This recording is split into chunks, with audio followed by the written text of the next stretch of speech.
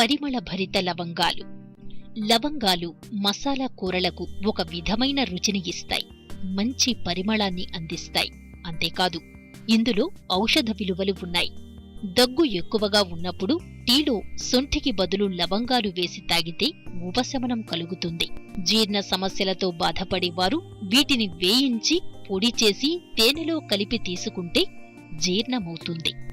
వీటి ఆకారం పురుషాంగంలా ఉంటుంది కాబట్టి ఇవి లైంగిక శక్తిని పెంచుతాయని ఒక నమ్మకం ఉంది.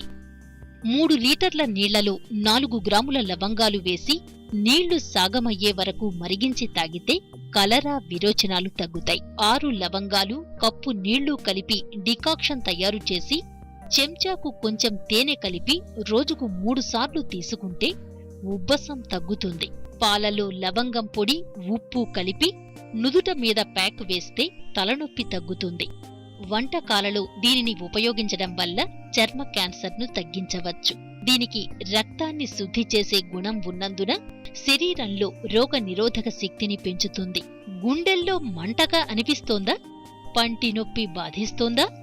జలుబుతో సతమతమవుతున్నారా? ఆందోళన చెందకండి. ఒక్కసారి మీ వంటింట్లోని పోపుల పెట్టెలోకి చూడండి, లవంగాలను చూడండి. అంతేకాదు లవంగాల్లో ఉండే యాంటీ ఆక్సిడెంట్లు శరీరానికి హాని కలిగించే ఫ్రీ రాడికల్స్ ను అడ్డుకోవడంతో పాటు క్యాన్సర్లు, హృద్రోగాలు, డయాబెటిస్, ఆర్థరైటిస్, అల్జిమర్స్ ను నిరోధిస్తాయట.